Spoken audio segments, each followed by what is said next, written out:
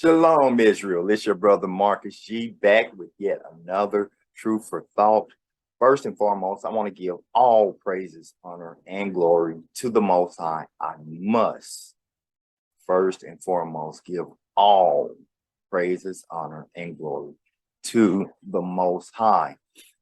Next, I want to reach out to you, Israel, and ask if you know of the whereabouts or any information leading to the whereabouts of our young sister, Princess Joniah. In the description, you'll find contacts which you can reach out to relay such information. Also, Princess Joniah, if this truth for thought should come before you, I pray that you do, and I implore that you do contact your family. Next, I want to come before you again, Israel, on behalf of one of our very own, Queen Valerie, a very beloved sister. She was at the first royal gathering. I'm pretty sure she has plans of being on at the next one. However, she's gotten in her situation that she's in currently. She definitely needs help from her nation. So I come before you all yet again asking of your charitability towards our beloved sister, Queen Valerie. If you have been charitable, then I ask that you continue to keep Queen Valerie in prayer. As far as prayer, I wanted to say, I implore you to pray not only for one another, but for righteous Israelites. It is written not to do such for sinners or unrighteous Israelites, as in order to be a sinner, you must transgress the law. The only people that the law was given to were Israel. So, and this is not me speaking, that's in the Bible. There are others that I would like to ask that you keep in prayer. Our beloved brother, King Will, also of the royal family, has some circumstances that's going on with him. However, just like with with Queen Valerie, with King Will, the Most High is moving on their behalf. So I'm asking for continued prayer and support for them. I'm asking for continued prayer and support for our beloved brother, my beloved brother for sure, King Mike Malice, my beloved brother, King Gideon, King Yada, Queen Carly, Queen Tanya, Queen Rita, Queen Doris. A lot of these people you're hearing me speak of, and I'm asking for continued prayer, and asking of the Most High to keep these particular people covered, even myself, to keep these people covered, as they are definitely doing the work to the point that they are helping to teach our nation. All right. So, and I've been approached several times about King Mike Malice. King Mike Malice is fine. No, he is not sick. I just ask that you keep him in prayer, and he's doing well. He may very well be in the live chat tonight. Don't know. Now, from that, I want to get into the title. Israel. A lot about you I found this with me. A lot about my nation I truly didn't know. Until I really began to really read the Bible. All right. And I'm going to be covering, this is going to be the first of a series for me in regards to, and I'm thinking I'm going to do about 2 or 3 parts forward to this.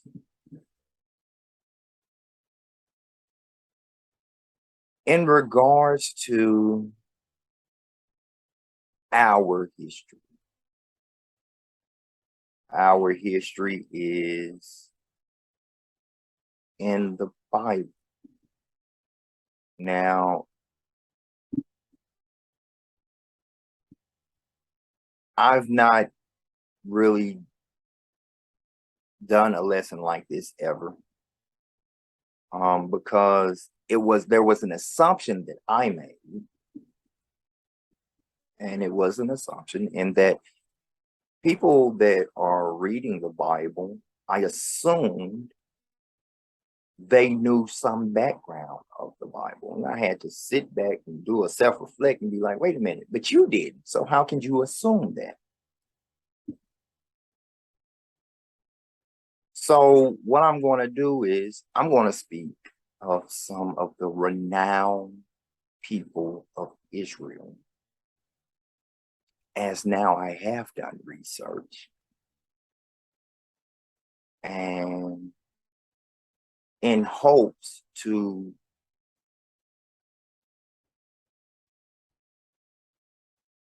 help my brothers and my sisters in my nation to understand who these people are. All right, exactly who these people are and were. Who these people were. So with that, I want to start by, let me share my screen. We're going to start by going to Ecclesiasticus. Now, this particular truth for thought, we're going to come from two parts of the Bible that religion really doesn't like to deal with. You're going to see one of the reasons why. There is rich history in the both. Rich history in regards to the nation of Israel.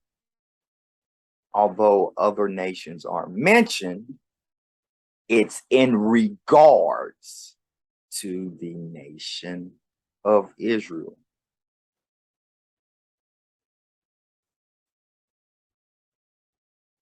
Just point blank, this book is about us and for us, and us alone.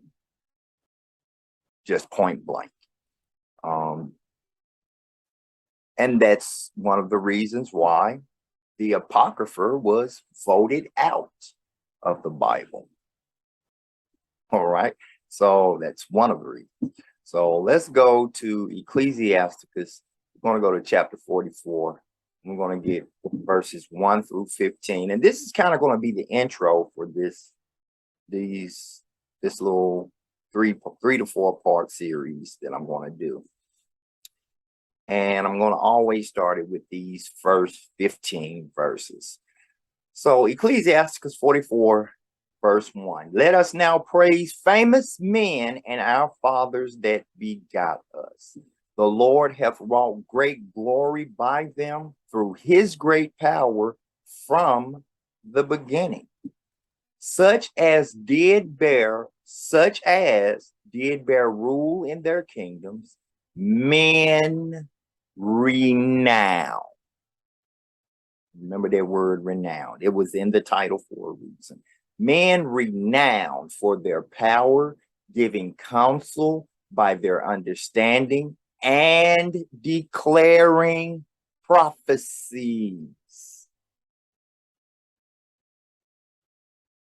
So I'm going to rattle off some names after I get down here so far, because there are people right now today that may fall in company with these people of renown, Israelites of renown of old. All right, leaders of people by their counsel.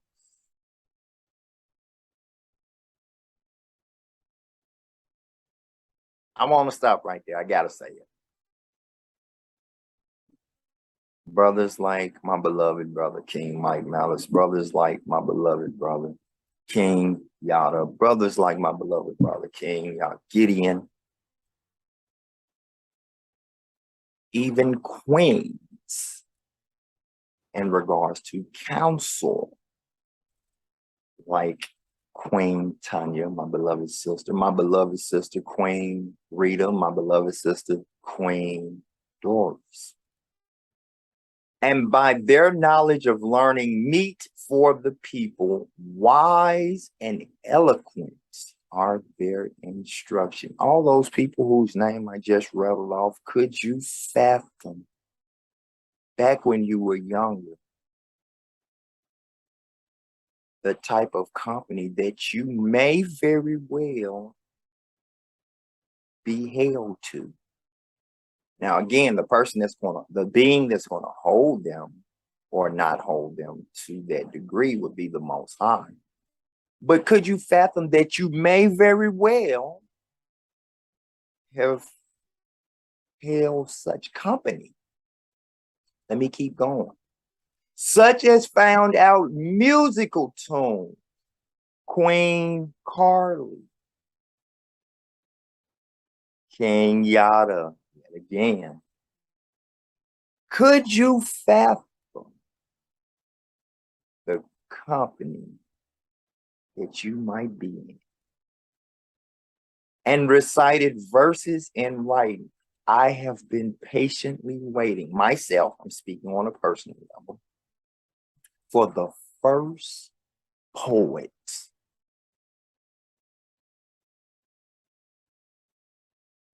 of the nation of Israel,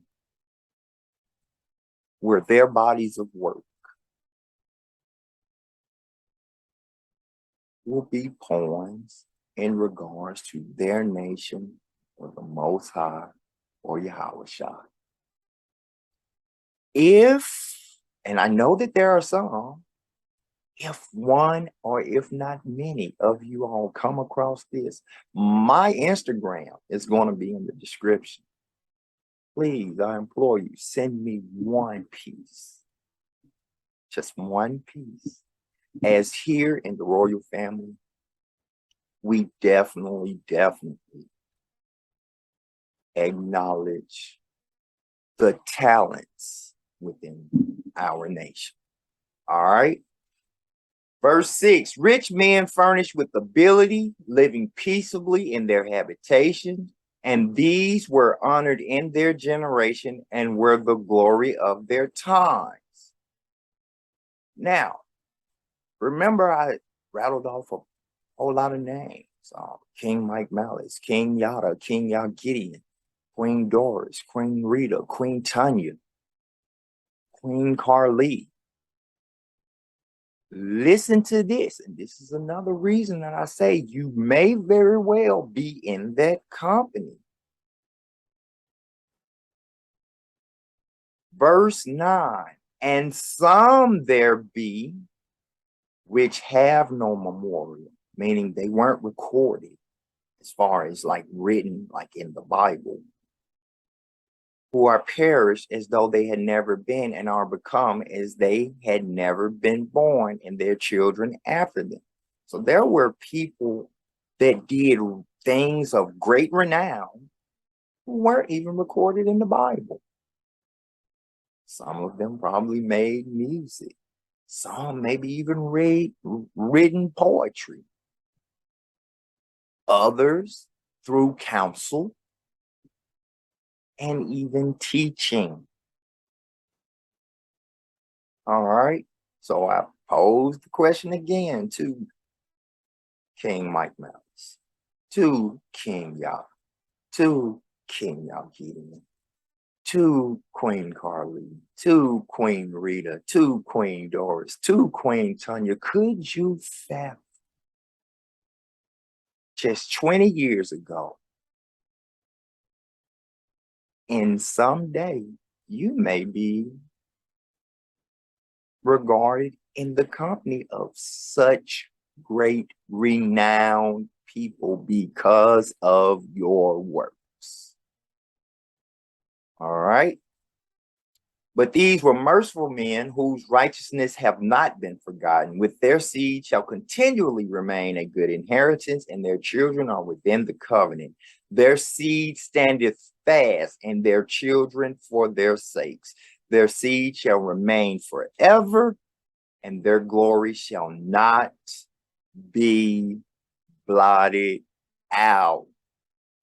To be recorded in the book of life are two things, two requirements: your faith and your works. I pose the question to those people yet again. Yet again. Their bodies are buried in peace, but their name liveth forevermore. The people will tell of their wisdom, and the congregation will shew forth their praise. So here you read that we're supposed to revisit the people of renown. We're supposed to do that. It literally says right here in verse 15, the people will tell of their wisdom. And you will always hear people say, like, there's nothing new under the sun. That's some wisdom from King Solomon, who quite possibly will be in one of these parts of this series. But I just used that for an example. So now we're going to get into the very first person in this series. All right. So I want you to turn with me now to Ecclesiasticus, or Sirach 46 and verse 1. Jesus, the son of Anavi, was valiant in the wars and was the successor of Moses in prophecies, who according to his name was made great for the saving of the elect of God, and taking vengeance on the enemies that rose up against them, that he might set Israel in their inheritance. I want to stop. And I want to stop for about 20 seconds. I'm going to stop sharing my screen. Well, no, I'm going to keep that up there, because I want to ask you, Israel, who is Jesus, the son of Anavi? Who was that? Who exactly was this person that was valiant in the war and was the successor of Moses in prophecy? Now, some of you won't know who it is just off the top, but there, if you use context clues, you can kind of narrow down who it is. So now I'm going to stop sharing my screen. I'm going to allow about 15, like I said, about 15 or 20 seconds. I want to see the answer to that question. Who was Jesus of Anavi? And trust me, it doesn't matter if you get it wrong. That's why we're here. We are here to learn. I assumed at one point in time, when I really started coming into the truth, everybody knew things like this. When I realized, wait a minute, you don't even know. So I had to do my own research. If someone would have asked me, I would have gotten it incorrect. So to be incorrect is okay. You won't be incorrect beyond today. You will truly know. So now I'm going to share my screen, and we're going to find out exactly who Jesus of Anavi was. And as you can see, Jesus, or Joshua of Anavi. This was Joshua, Israel. The first person, the first great renowned person in this series is Joshua. Saint Joshua, or Jesus, the son of Navi, was leader of the Israelites after the death of the prophet of Moses. He was born in Egypt around 1654 BC and succeeded Moses when he was 85. Now, I want you to pay close attention to this, and I know this is of the world, but we're going to see how true this is with the word. All right, so we're going to look at a couple of things on some background on Joshua. You'll see his name is actually Joshua of Nun. A lot of people know him as Joshua of Nun. Let me put it like that. He's written as Joshua of Nun, as well as you see here, Jesus of Navi, or as you saw in Ecclesiasticus 46:1, Jesus of Navi, Jesus of a Navi. He was born in Egypt around 1654 BC and succeeded Moses when he was 85. He ruled the Israelites for 25 years. Joshua conquered the promised land and led the Hebrew nation into it. There are two words there. First, our ancestors, the Hebrews, who were Israelites. Both those words are there, as you can see right here and right here. And led the Hebrew nation into it.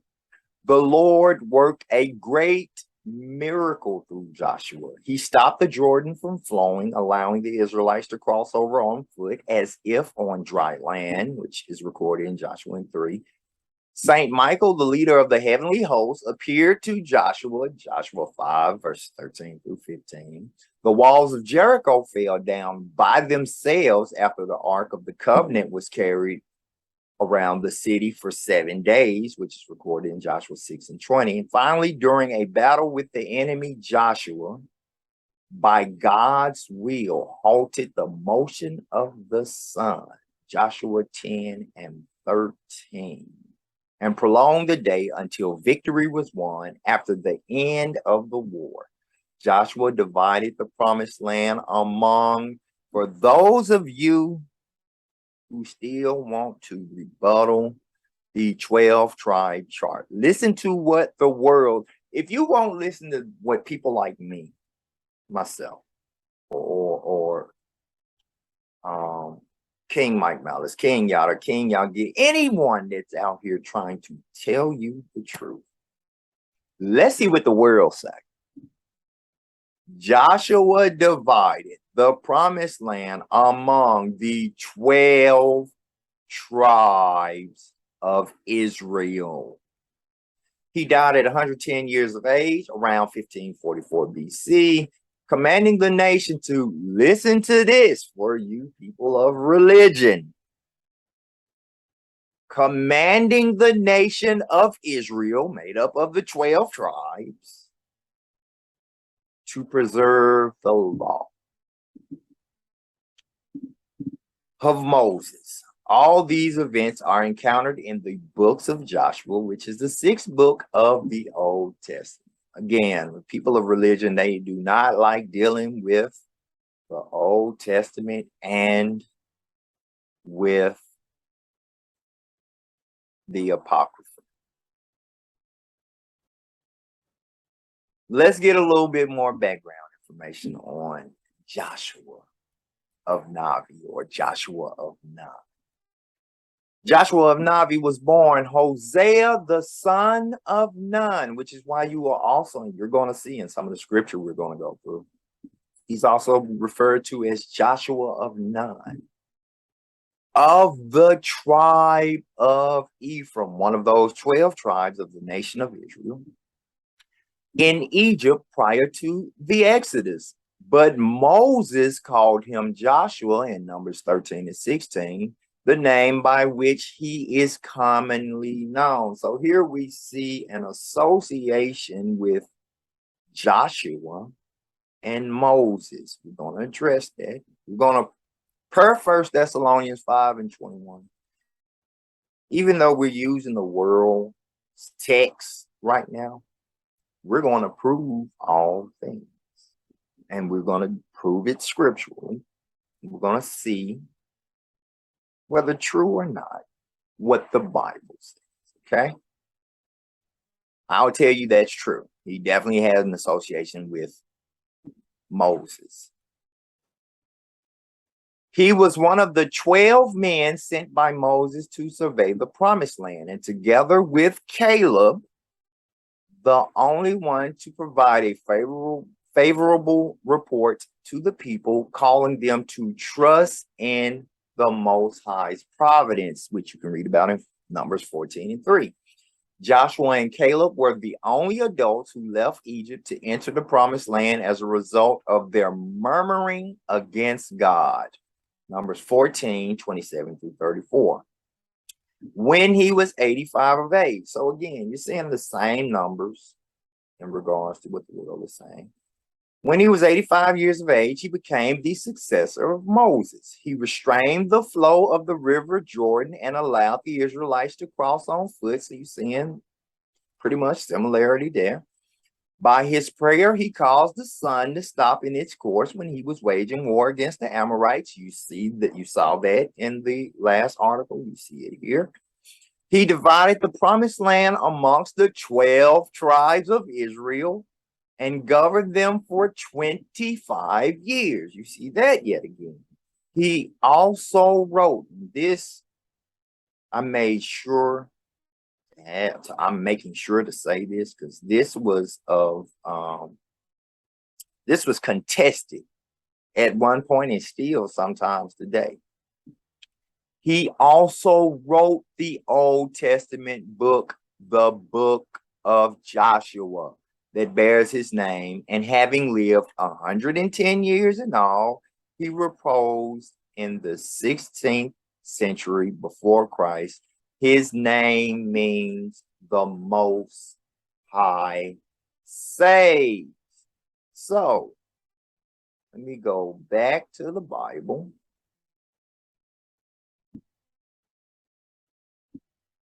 Go right back to the Bible. And I asked, who was Jesus, the son of Anab? Now you know who the Bible is speaking of. So I want to go now to the Old Testament. We're going to revisit Ecclesiasticus 46. We got to get some more stuff from here. I want to visit the Old Testament.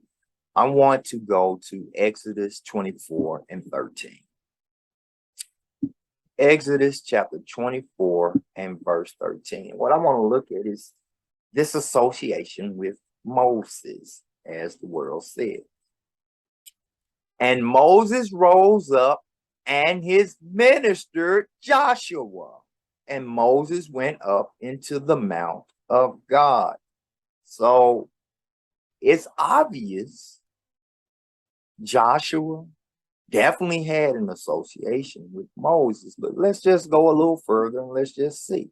In fact, I would even say this is his right-hand man. This is Ace Boom Coon, I will say. So let's go to Exodus 33:11. We're going to go over 9 chapters to Exodus 33:11. And it reads, and the Lord spake unto Moses face to face. So the Most High was speaking to Moses face to face as a man speaketh unto his friend. And he turned again into the camp. But his servant Joshua, the son of Nun, a young man, departed not out of the tabernacle.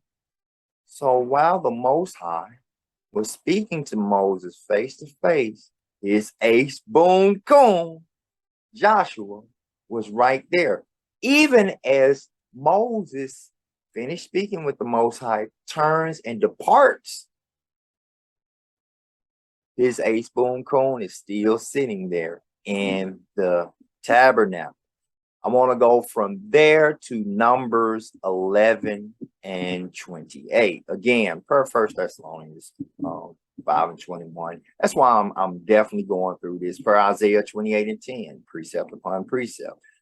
I definitely want to prove that that is definitely the case, and not just take the word of the world. All right, let's go to Numbers 11 and verse 28.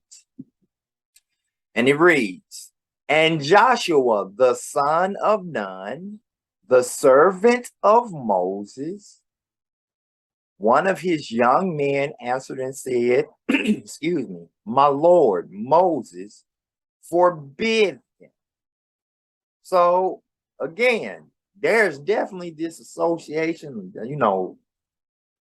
where they tight, they with each other through thick and thin. But I want to take a little deeper look into that association. So I want to go to Numbers 27 and 18. Numbers 27 and 18. And it reads, and the Lord said unto Moses, take thee Joshua, the son of Nun, a man in whom is the Spirit, and lay thine hand upon him, and set him before Eleazar the priest, and before all the congregation, and give him a charge in their sight. And thou shalt put some of thine honor upon him, that all the congregation of the children of Israel may be obedient. So the Most High is delegating Moses to do something in regards to this young man, Joshua. He's telling him, basically, set him up to be your right-hand man. He got next. But let's just find out. Let's go to Deuteronomy 1 and 38. Because again, it said that both those articles of the world said that he superseded Moses. So as Moses passes, he takes the rank. So let's go to Deuteronomy 1 and verse 38. Deuteronomy 1 and 38. And it reads, but Joshua the son of Nun, which standeth before thee, he shall go in thither, encourage him, for he shall call Israel to inherit. Further proving the passing of the torch did happen between Moses and Joshua. All right. So now I want to go back to Ecclesiasticus. Let's go to, so that you read of the world holds true. So far, it's holding true. The world is proving the word to be true. So let's go back to Ecclesiasticus, and we're going to go back to chapter 46. And we're going to get verses 2 through 6 this time. All right. Since we know who this man was, let's look at the things that made him renowned, a renowned Israelite man, one of the renowned men of old, that per Ecclesiasticus 44, verse 15, we are to revisit and to acknowledge, for lack of better terms. So Ecclesiasticus 46 verse 2, how great glory got he. He did lift up his hands and stretched out his sword against the cities, who before him so stood to it. For the Lord himself brought his enemies unto him.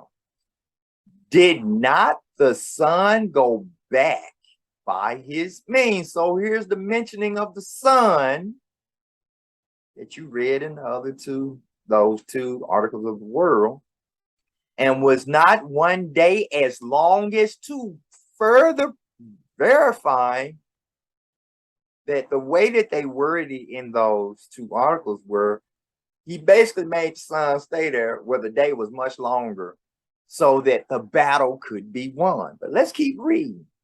He called upon the Most High Lord when the enemies pressed upon him on every side, and the great Lord heard him. and with hailstones of mighty power, he made the battle to fall violently upon the nations. And in the descent of Beth Horon, he destroyed them that resisted, that the nations might know all their strength, because he fought in the sight of the Lord, and he followed the mighty one, our great and terrible, mighty God, the Most High. So what you're saying here is, it's saying that this man who was told by the Most High told Moses to make him one of the priests, and that the rest of the nation should be obedient to the word that he was given when he was doing that, basically giving him a promotion. All right. Not only was he his ace boom coon, but this was a man of war. So now I want to go and get some precepts to prove that. So let's go back to Exodus. Go back to Exodus chapter 17. We're going to get verses 9 and 10. And Moses said unto Joshua, choose us out men and go out fight with Amalek.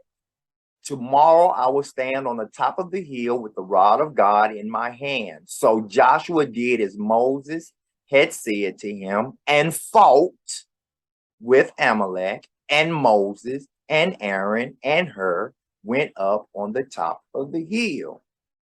So Moses and the other priests went up on the top of the hill, while Joshua and Amalek, they're fighting, further proving he was a man of war. Let's drop down to get verses 13 and 14. Exodus 17, verse 13. And Joshua discomfited Amalek and his people with the edge of the sword. And the Lord said unto Moses, write this for a memorial in a book, and rehearse it in the ears of Joshua. For I will utterly put out the remembrance of Amalek from under heaven. So he and Amalek are down there fighting. As you see, it says, with the edge of the sword, further proving that he was a man of war. Now let's go to Exodus chapter 32, verse 17. 32 and 17. And when Joshua heard the noise of the people as they shouted, he said unto Moses, listen to this, there is a noise of war in the camp. So he knows that it's war. Hey, he's definitely a man of war. That caught his attention. Nobody had to say where was his antennas when war or noise of the war was flowing throughout the camp. He definitely, when it came to war, this was definitely a man of war. So now I want to go to Deuteronomy. Deuteronomy chapter 3. And we're going to get verses 21 through 29. Now, this is Moses speaking. Moses spoke this. And I commanded Joshua at that time, saying, thine eyes have seen all that the Lord your God hath done unto these two kings. So shall the Lord do unto all the kingdoms whither thou passest. Ye shall not fear them, for the Lord your God, he shall fight for you. And I besought the Lord at that time, saying, O Lord God, thou hast begun to shew thy servants thy greatness and thy mighty hand. For what God is there in heaven or in earth that can do according to thy works and according to thy might. I pray thee, let me go over and see the good land that is beyond Jordan, that goodly mountain and Lebanon. But the Lord was wroth with me for your sakes, and would not hear me. And the Lord said unto me, let it suffice thee, speak no more unto me of this matter. Get thee up into the top of Pisgah, and lift up thine eyes westward and northward and southward and eastward, and behold it with thine eyes, for thou shalt not go over Jordan. So the Most High, well, Moses went before the Most High and prayed, let me see beyond Jordan. Most High said, don't speak to me again in regards to that particular matter. But what you can do is go up on the top of Mount Pisgah and look round about you. As he said, north, south, east, and west. And behold it with your eyes. But that Moses, he won't be crossing the Jordan. Verse 28, but charge Joshua and encourage him and strengthen him, for he shall go over before this people, and he shall cause them to inherit the land which thou shalt see, which he's going to see from the top of Mount Pisgah. So we abode in the valley over against Beth Peor. So it's proving just what the world said, the passing of the torch. You're starting to see where the passing is going to happen. So now, let's go back to Ecclesiasticus. Go back to Sirach 46. Ecclesiasticus 46, and we're going to go to verses 7 through 9. In the time of Moses also did he a work of mercy, he and Caleb the son of Jephunneh. So now here's another person being spoken of while we're examining Joshua. But you see, there's Caleb here, and that they withstood the congregation and withheld the people from sin and appeased the wicked murmuring, further proving that which we read in that worldly documents. And of 600,000 people on foot, they too were preserved to bring them into the heritage, even unto the land that floweth with milk and honey. The Lord gave strength also unto Caleb, which remained with him, or remained with Joshua, until his old age, so that he entered upon the high places of the land, and his seed obtained it for a heritage. So at some point in time, there was a passing of the torch from Joshua to Caleb. But I want to go and get precepts in regards to this account with Joshua and Caleb. So now I want to go to Numbers 14 and 38. Numbers 14 and 38.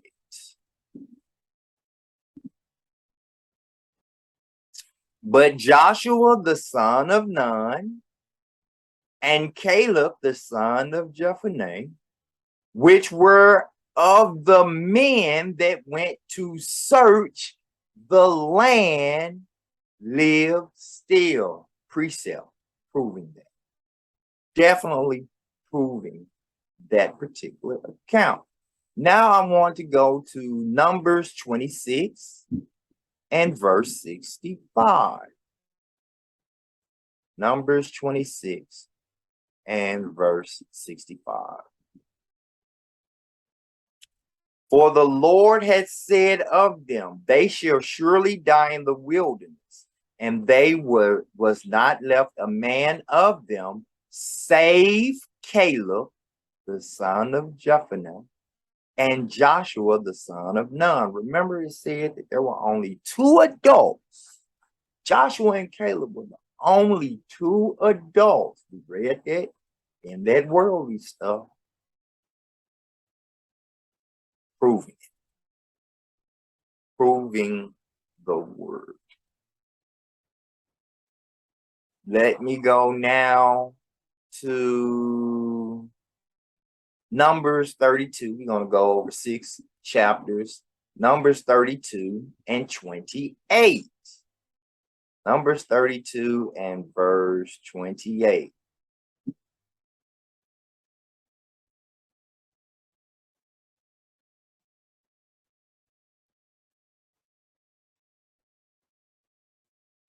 Is that Numbers? Oh, 32 and 28. That's what it is. That's 31. Numbers 32 and 28. So concerning them, Moses commanded Eleazar the priest and Joshua the son of Nun and the chief fathers of the tribes of the children of Israel. So that account with Joshua and Caleb definitely happened. The association between Moses and Joshua definitely was the case. Now I want to look at where they said the passing of the torch. Now we saw what looked like the making of the passing of the torch when Moses spoke with the Most High, and the Most High said his response to Moses. But now let's go back to Ecclesiasticus. And we're going to go back to 46, and we're going to get verses 10 through 12. All right. And they read, now that all the children of Israel might see that it is good to follow the Lord. So let me reread verse 9.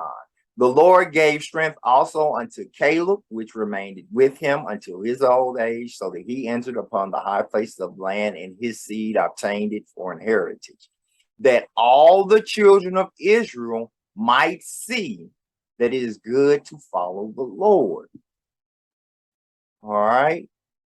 And concerning the judges, everyone by name whose heart went not a whoring, nor departed from the Lord, let their memory be blessed.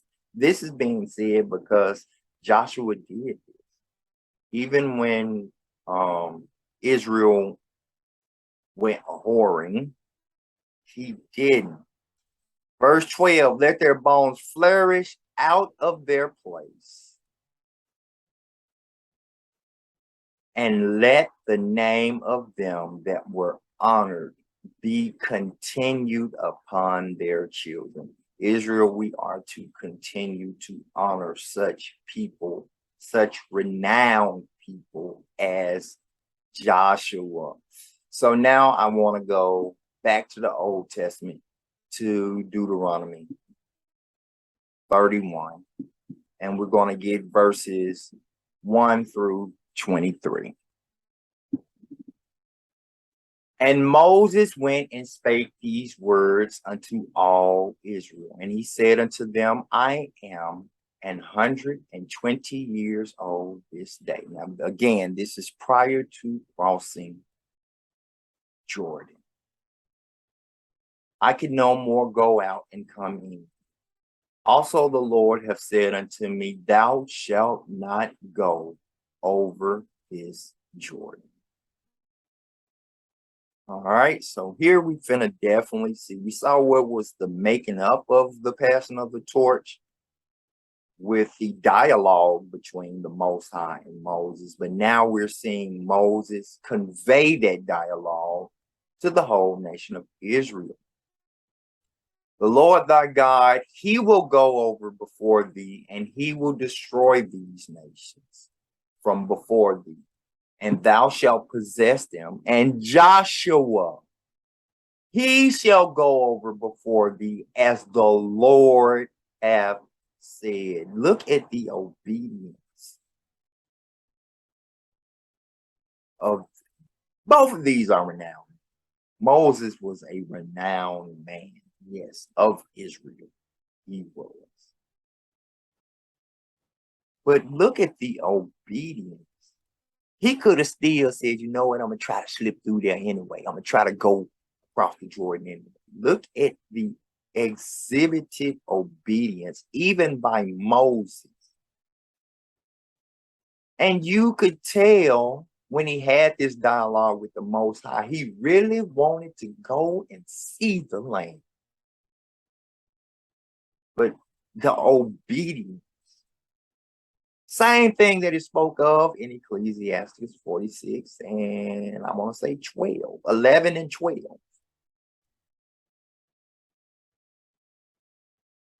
I'm going to read verse 3 again. The Lord thy God, he will go over before thee, and he will destroy these nations from before thee, and thou shalt possess them.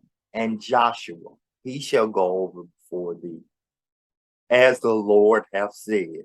And the Lord shall do unto them as he did to Sihon,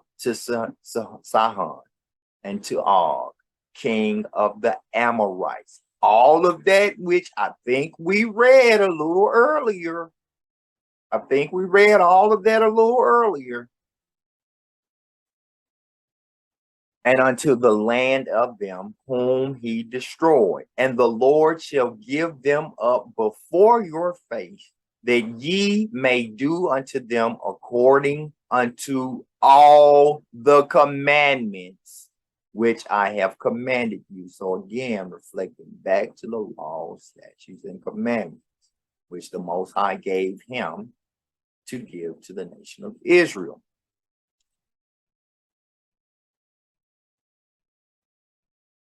Be strong, verse 6. Be strong and of good courage. This is a sending off. Moses was so obedient. He gave a speech to send his people off without him. Be strong and of good courage. Fear not, nor be afraid of them. For the Lord thy God, he it is that doth go with thee. He will not fail thee, nor forsake thee. I said about 3 Sabbaths ago, the Most High, as much as we've disappointed him, including me, at one point in time, I was not in the truth. He still has never forsaken. And this has been going on since a long, long time ago. Still has not forsaken us. He cursed us, but he never forsake us. And Moses called unto Joshua and said unto him in the sight of all of Israel, be strong and of good courage, doing exactly what the Most High told him to do, which we read back in Deuteronomy 21 through 29. Be strong and of good courage, for thou must go with this people unto the land which the Lord hath sworn unto their fathers to give them, and that thou shalt cause them to inherit it. So back when he had this dialogue with the Most High, it was prophecy at that point in time. It hadn't come to pass. Even as he's saying this to Joshua right now, it's still prophetic. It hadn't come to pass. At some point in time, after this truth of thought, I want you to go back and look at Ecclesiasticus 44, 1 through 15 again. And you're going to see that word prophecies in regards to these great renowned men. All right.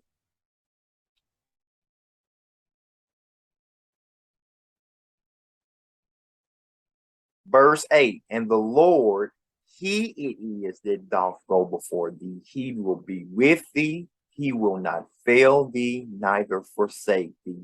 Fear not, neither be dismayed. Again, this is him just talking straight to Joshua. And Moses wrote this law and delivered it unto the priests, the sons of Levi, which bear the ark of the covenant of the Lord, and unto all the elders of Israel. We read about that in those articles of the world. And Moses commanded them, saying, at the end of every 7 years, in the solemnity of the year of release, in the feast of tabernacles, when all Israel is to come to appear before the Lord thy God in the place which he shall choose, thou shalt read this law before all of Israel in their hearing.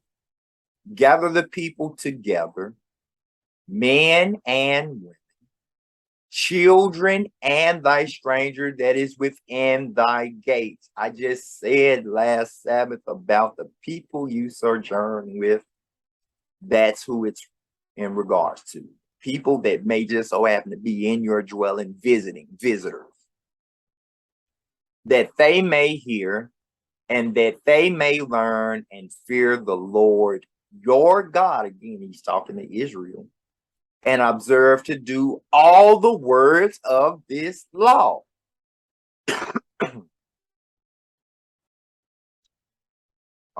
Verse 13, and we just going down to 23. And that their children which have not known anything may hear and learn to fear the Lord your God as long as ye live in the land whither ye go over Jordan to pass it. So he's still speaking of things that they're to do in the future once they get past Jordan, because again, he's not to go past Jordan. And the Lord said unto Moses, behold, thy days approach, that thou must die. Call Joshua and present yourselves in the tabernacle of the congregation, that I may give him a charge. The passing of the torch. And Moses and Joshua went and presented themselves in the tabernacle of the congregation. And the Lord appeared in the tabernacle in a pillar of a cloud. And the pillar of the cloud stood over the door of the tabernacle. And the Lord said unto Moses, behold, thou shalt sleep with thy fathers, and this people will rise up and go a-whoring after the gods of the strangers of the land, whither they go to be among them, and will forsake me and break my covenant, which I have made with them.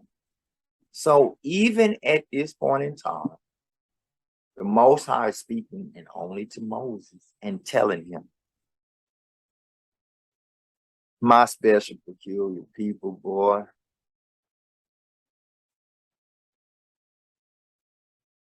so stiff-necked, so rebellious. Even with you leading them as far as you did, and now Joshua finna lead them even further. This is what they're going to do. They're going to forsake me. But again, I say, he never forsake us. Verse 17, then my anger shall be kindled against them in that day, and I will forsake them. That's when he's going to curse us. And I will hide my face from them, and they shall be delivered, and many evils and troubles shall befall them. So they will say in that day, are not those evil come upon us, because our God is not amongst us? And I will surely hide my face in that day for all the evils which they should have wrought, in that they are tuned unto other gods. That's what going a-whoring means. The Most High is very jealous. Very jealous. But when we go a-whoring, when we go and look at Caesar Borgia's picture, and boy, There are so many people of Israelite descent that do it right now. They're going to do it tomorrow. They're going to do it tomorrow, for sure.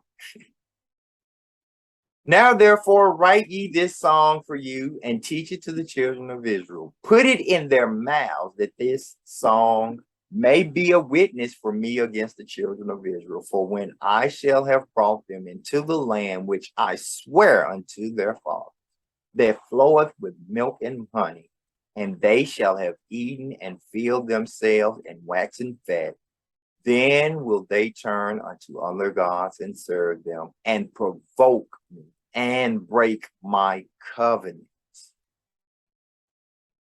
And it shall come to pass when many evils and troubles are befalling them, that this song shall testify against them as a witness, for it shall not be forgotten out of the mouths of their seed. For I know their imagination, which they go about even now, before I have brought them into the land which I swear. He's telling them, I know what they're going to do even now before I get them there. Moses therefore wrote this song the same day and taught it the children of Israel. And he gave Joshua, the son of Nun, a charge and said, be strong and of good courage, for thou shalt bring the children of Israel into the land which I swear unto them, and I will be with thee. Moses was so obedient, he didn't even tell Joshua the full extent of that the Most High had disclosed to him. Again, another man of great renown. Now let's go to Deuteronomy. We're going to go over 4 verses. And again, what I'm doing is we're looking at the actual what made Joshua of Nun so renowned. What were the things that made him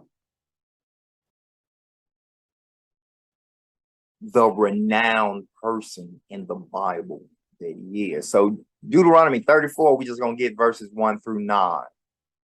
And Moses went up from the plains of Moab unto the mountain of Nebo, to the top of Pisgah, that is over against Jericho. And the Lord showed him all the land of Galilee unto Dan, and all Naphtali, and the land of Ephraim and Manasseh, and all the land of Judah unto the utmost sea, and the south, and the plain of the valley of Jericho, the city of palm trees unto Zoar. And the Lord said unto him, this is the land which I swear unto Abraham, unto Isaac, and unto Jacob, saying, I will give it unto thy seed. I have caused thee to see it with thine eyes, but thou shalt not go over thither. So again, this is where Moses, as he was instructed by the Most High, he went up on top of Mount Pisgah. And he didn't get to live in the land, but he got to actually see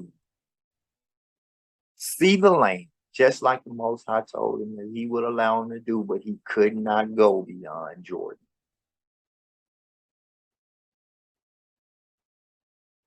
So Moses, the servant of the Lord, died there in the land of Moab, according to the word of the Most High. And he buried him in a valley in the land of Moab, over against Beth-peor. But no man knoweth of his sepulchre unto this day. No one knows where Moses was buried to this day. And Moses was 120 years old when he died. His eyes was not dim, nor his natural face abated. And the children of Israel wept for Moses in the plains of Moab 30 days. So the days of weeping and mourning for Moses were ended, and Joshua, the son of Nun, full of the spirit of wisdom, for Moses had laid hands upon him, and the children of Israel hearkened unto him and did as the Lord commanded Moses. So we literally read everything that proves both what those two worldly articles said, as well as what Ecclesiasticus 46, 1 through 12 said of Joshua of Nun. I want to stop sharing my screen real fast because, like I said a little earlier, there had been some controversy in regards to the book of Joshua. Who wrote the book of Joshua? So I'm going to share my screen again. And I actually learned of this when I began to learn about Joshua. And I began to learn about Joshua when I began reading Ecclesiasticus 46. And I said, let me study to show myself approved. Let me find out about one of our renowned people. Oh, so I went and did a little research. And the title of this is Who Wrote the Book of Joshua? The link will be in the description. I'm going to go over some of this. Okay. Have you ever wondered who wrote specific books in the Bible? One of the most popular characters in the Bible is Joshua, Moses' personal aide and military commander. Hey, we went over this. That was his ace boon coon, and he was a man of war. He was. Now, we didn't actually go into actual accounts. You can literally, in Joshua, you can go into actual accounts and see these wars. I'm hoping that with learning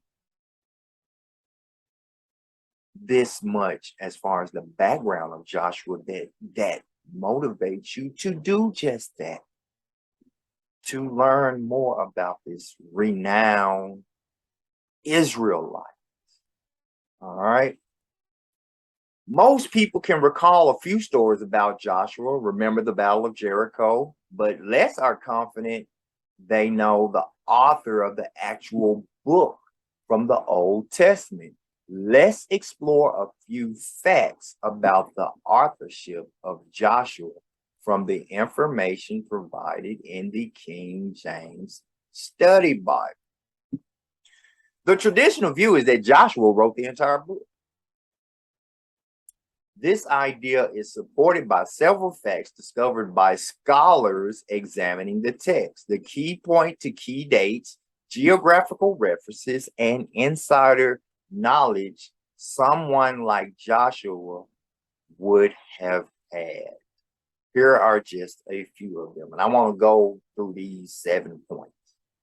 Is there something in here that my beloved brother King Mike Malice did a lesson, and he came from Jasher? There's something in here that I want to hit on, and I think that it's in this. Let me see. Certain portions bear the mark of an eyewitness of the events described, such as the remark that the Lord had dried up the waters of Jordan from before the children of Israel until we were passed over. That word "we," which you can read in Joshua 5:1, this suggests that only someone at the specific event with access to inside information could have written the book. Verse 2, the use of the ancient names of Canaanite cities points to an early date. In other words, the author of the book wasn't writing about things that were previously happened, but things that happened during their lifetime. So what he's saying is the things that are written in Joshua, they're written as if in present tense, as opposed to somebody writing about past tense, about a past person or past events. The list of boundaries drawn from the various tribes, Joshua 13 through 19, accurately reflect the known situation of Canaan before the Jewish monarchy, as do the facts that Jerusalem was still a Jebusite city in Joshua 15 to 63. Gezer was still a Canaanite city in Joshua 16 and 10, and the Gabonites were Israel's vassals, also seen in 2 Samuel 21, verses 1 through 9. So again, these are things that in order for someone to have had such knowledge of this, they had to have been living it. Further proving that Joshua wrote the book of Joshua. Verse 4, the failure to mention the Phoenician city of Tyre while mentioning Sidon reflects earlier times before Tyre became the more important port city and strategic stronghold of the Phoenicians. So again, in order for someone to have been writing about Sidon, which was prior to Tyre, they had to be living in the times of Sidon. Further proving Joshua wrote Joshua. Verse 5, the author cites the ancient book of Jasher as a source material for his writings, Joshua 10 and 13. My beloved brother, King Mike Malice. And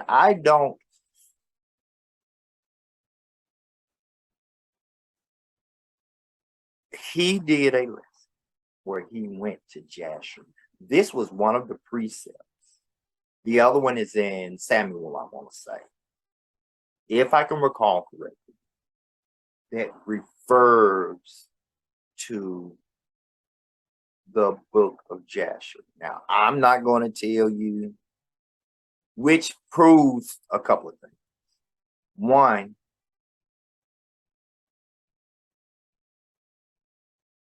the time frame of the author of Joshua.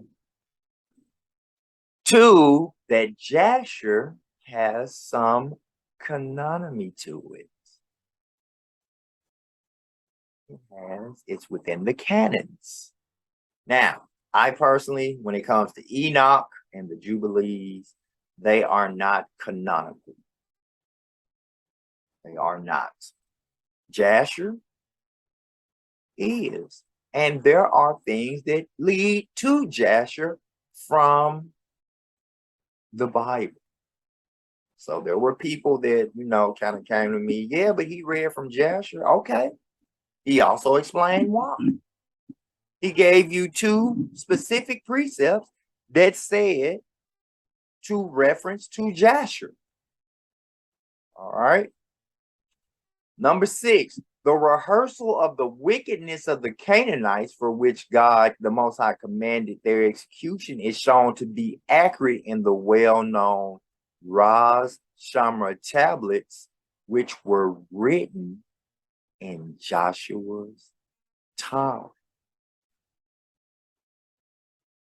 Verse 7, the farewell speech of Joshua in Joshua 23 and 24 bear the marks of the author's own affirmations. All these things point to the fact that Joshua of Nun, or Jesus of the Navi, who is Joshua of Nun, wrote Joshua. So now I want to look at a little bit more background of the book of Joshua, just to see if everything adds up. This article is about the canonical book of the Hebrew Bible. Listen, Israel, The world continues to tell you they know who you are. They know who this Bible is about.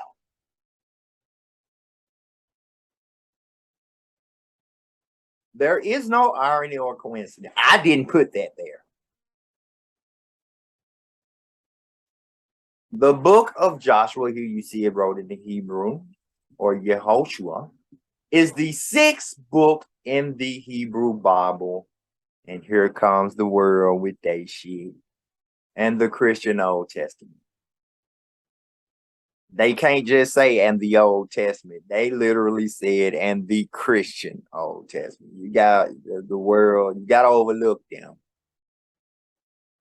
So they know nothing. They know the Most High not. Let me keep going. And is the first book of the Deuteronomistic history, the story of Israel from the conquest of Canaan to the Babylonian exile. It tells of the campaigns of the Israelites in central, southern, and northern Canaan, the destruction of their enemies.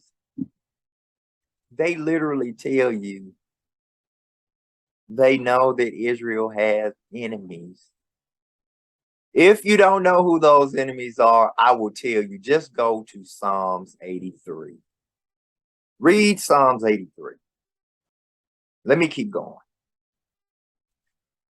And the division of the land amongst the 12 tribes of Israel, framed by 2 set piece speeches, the first by the Most High, commanding the conquest of the land, and at the end, the second by Joshua, warning of the need for faithful observance of the law or the Torah revealed to Moses.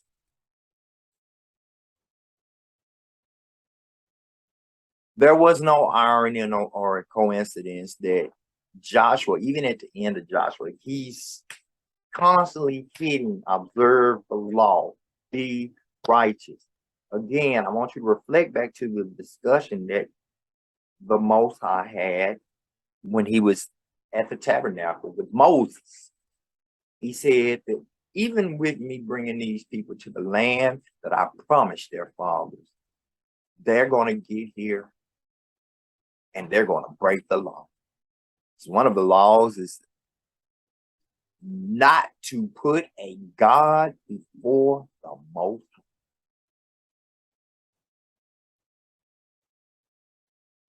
So it's not ironic or coincidental that the law is stressed throughout all of it.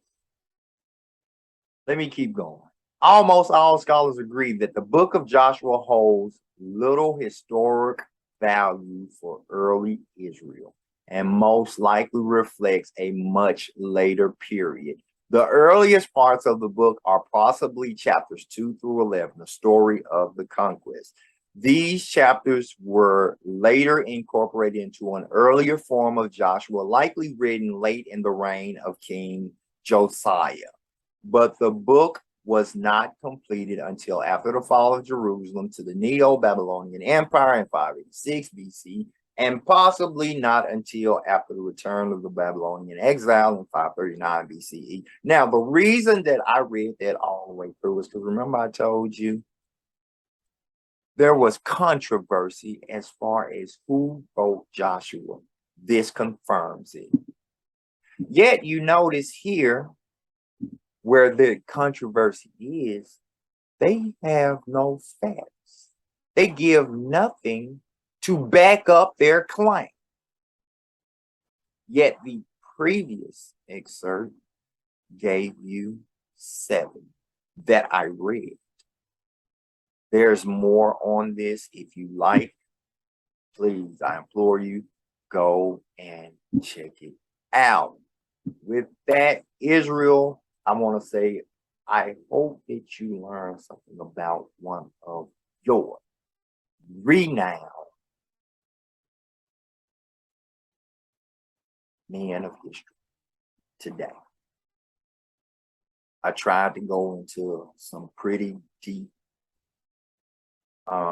depth with it so that it's irrefutable who he was. Even though, you know, when I first asked the question, who is Jesus of the Navi? It's probably people like, well, I don't know, but one person that would refer to as Jesus at all, but he don't fit that. Understand, Israel.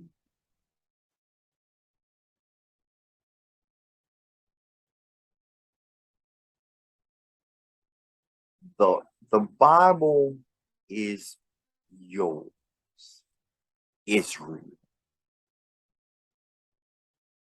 They voted to have that part of the Bible taken out. Why? And I told you I was going to show you, or at least one, because there was a great man. They even made a controversy of if he wrote the book of Joshua that was mentioned. And he's one of a few, which is why this is going to be a series. So I hope you learn some things about this great man of renown of Israel. I want to reach out again and say that if you know of the whereabouts of Princess Joniah, or if you have any information that lead to the whereabouts of Princess Joniah, everything that you need is in the description. I do want to ask if you can be charitable to our beloved sister Queen Valerie. Her GoFundMe is in the description. I want you all to, and I meant to say this at the beginning, I want you all to continue to pray, not just yourselves, but one another, be righteous Israelites. And I want you to keep Princess Joniah in your prayers. I want you to keep Queen Valerie in your prayers. I'm asking, not I want you to, I'm asking that you would keep King Will in your prayers.